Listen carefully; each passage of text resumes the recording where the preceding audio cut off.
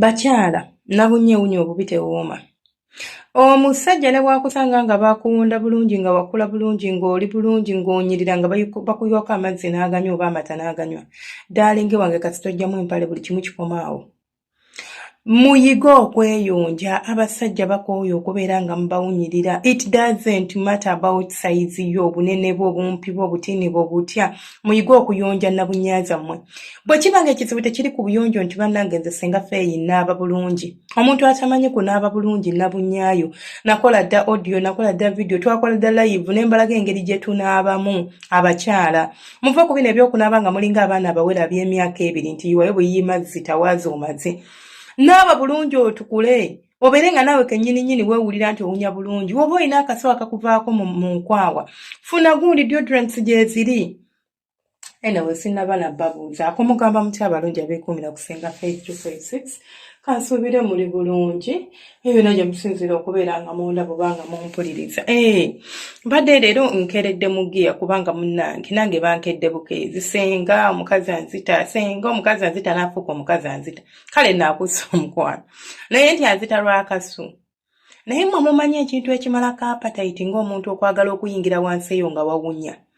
N'owanjula amagulu muno n'akwata ku nnyindo ate nga tayagala kulaga nti agikutteko, tayagala kulaga nti ali ku kizibu. Oluvaawo ng'owooza omusajja wange senga nzina kamutadda ngulu nga gavaawa. Maama ne bw'aba ayagala okulinkiriza nga gavaawa bw'obeera gwe oba ogajjeewa. Muyiga okufa ku mbeera ya muyiga okufa ku mubiri gwo. Oyingire mu kisenge ng'oli confident ng'okimanyi ofuna otya meeting n'omusajja n'agamba tugenda kusisinkana ne mukola n'akuwa n'ogundi n'ew'okusisinkana n'ogenda obaddeko siibye ku mulimu n'ova ku mulimu jjukira osiibye weewujja ene wansi bw'otuuyana bw'omala n'ogenda n'omutuukako mbu mwerye bwerimbu kubanga mmwe mulina amaddu ne bw'abanga omusajja ayagala ewunyaawunya. Naye the mere fact nti omugambe nti mbadde nsaba nsooke nnaabeko bannange kimuwa essanyu. Ne bw'anaagisanga ng'ewunya nga tonaabye ye yaggaanye okunaaba. Naye nojja omusajja n'atuuka n'okwebuuliza nti tonaabye mbwa andi oke oluvaawo mbu njagala bangu ebbakuli ani wabula mweyagaliza. Mba mikwano muwunya obupiicuutu muwunya n'owunya amabino n'owunya. Omusajja n'ayagala okugenda mu kabuzi agenda okugira bw'ati nga waliyo kkala eya yero wansi eyo. Mwerongoosa temwerongoosa bulungi namazzi muwooza nti ebyo by'okutawaaza by'abasiraamu ewa. Obwo buyonjo it's for your own house, it's for your own cleanliness, it's for your own personal hygiene. Bw'omala okwesiimula weesiimula bulungi okakase nti nno era n'ensonga yange ddala ngenda gyogerako edda. Weesiimula bulungi okakase nti neesiimudde ddala ntukudde. Funa akagundi akaki funa akadomola ko kateeke mu ttooyi yo teekangamu amazzi tawaaza. Bunze saagala kwata mu bubi. Oyagala owunyirira omusajja ani agambye nti ogenda bukwatamu? Yani yagamba nti babukwatamu. Tosooka kweyonja na kipapula n'olyoka omaliriza oba ne weeyonja ne tishu oba n'ekikookooma n'olyoka okozesa akadomola. Anyways oba kuba nze ndi mukyala musiraamu so nalabanga bajjajja bange nga bakkirira n'amazzi eri wansi mu lusuku n'ebikookooma byabwe. Naye gwobeerawo otya oba naye nze mba mpulira nga siina mirembe. Sinza ayina ettako. Bampulira nga siina nde emirembe edera omulundi n'ogumu. Ate bw'omaliriza bakyala muyiga okubeera ne bugundi bu towels buwetu towels waliwo buwetu towels obutinitini obulungi bw'ogula bu disposables n'obuteeka mu kiyigo kyo bw'oba omaliriza oba mu ttooyi like buli bulungi si nti nno tibugenda kwonoona ttooyi nti oba it's just like tissues naye nga ziri mu format ya towel ng'ezandibadde towel ezisiimuula engalo bwe butyo bubeera naye buneeno bubeera mu size ntini nga si bunene nga bw'onandabye Soviet bw'omusumulula n'abeera nga munene nedda butinitini so obugula n'obuteeka mu kiyigo nja bakwatirayoko kagundi mbalage how they look like oba video oba ekifaananyi banfunya akadde nkiba mbalage obutawulo bw'obufaanana. Bw'omaliriza okutawaaza then you pant yourself bulungi nnyo kubanga lwaki mbasaagala tissue sometimes zisigalako ne zino ziba tissue but ziba harder than this normal tissues so ne weepantinga bulungi amazzi gali gonna ne gakkala n'olyoka oyambala empale kubanga wansi eyo tetwetaaganga wabisi. Obubisi bwayo ate buleeta bacteria egenda okuviiramu okuwunya. Bwe kibanga okikakasa nti nze senga neeyonja ekituufu kiri nti nange neewulira nti ndi mwakasu naye tekava ku bukyafu kitegeeza kava munda. Janjaba infection. Funa kamunye fumbo onyweko cleansingeko ko ku mubiri gwajjemu bukyafu. Nammwe abasajja mumanyi okuwunya naye mwenja kuddedda. Leero bangambe kubuulira ku bakazi. So, omusajja wo oba mulaba nga akugira kamu naagwe eri n'ataddangulu. Sooka weebuuze lwaki nga tonaba kuwoza nti n'omutunuulira obadde oli wane n'ompeeweta tolina n'amakulu n'oyomba.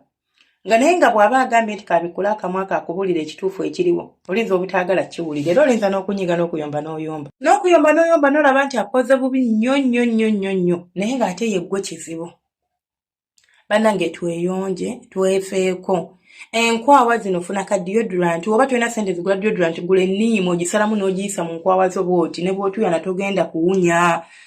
Naye omusajja olukukyusaamu 2-3 n'otandika okutuya n'enkwawa agenda ozikwata mbu aziteeka eno waggulu bane njagala nnyo akantu ako aziteeka eno waggulu ku mutwe gombo apiininga musimanyi agira aleete jabasomesaako ne tuli mu ssawumu kale bannange abasiibye ne mbasabira Allah abasaasire era abalamu abawo obulungi munnange mu kisiibo kyammwe eyayanukula essaala zaffe ze tusaba mu mpolampola mu lwatu ne mukasirise tuddeyo ku musomo gwaffe. So mweyonje bakyala mweyonje.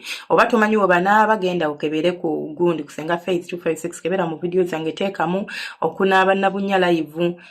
Si nabunya no nawandika mu kiri ekigambo ennaku zino kyenneewala okukozesa ennyo.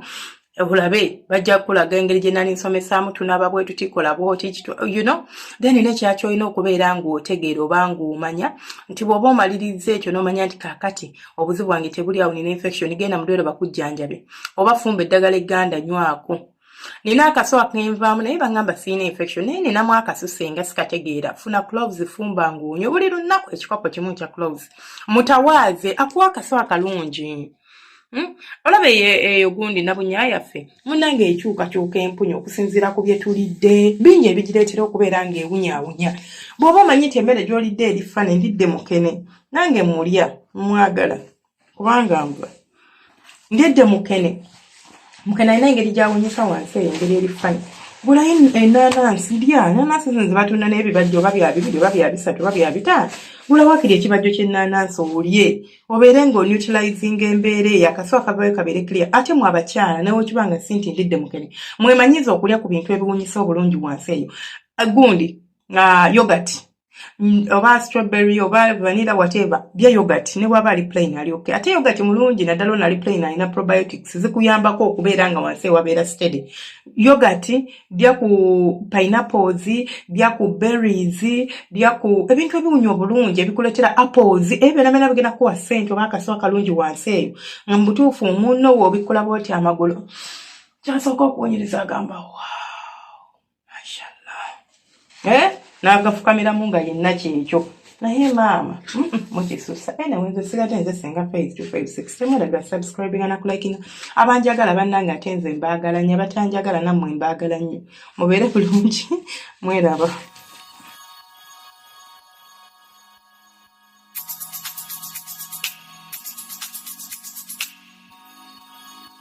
Yeah.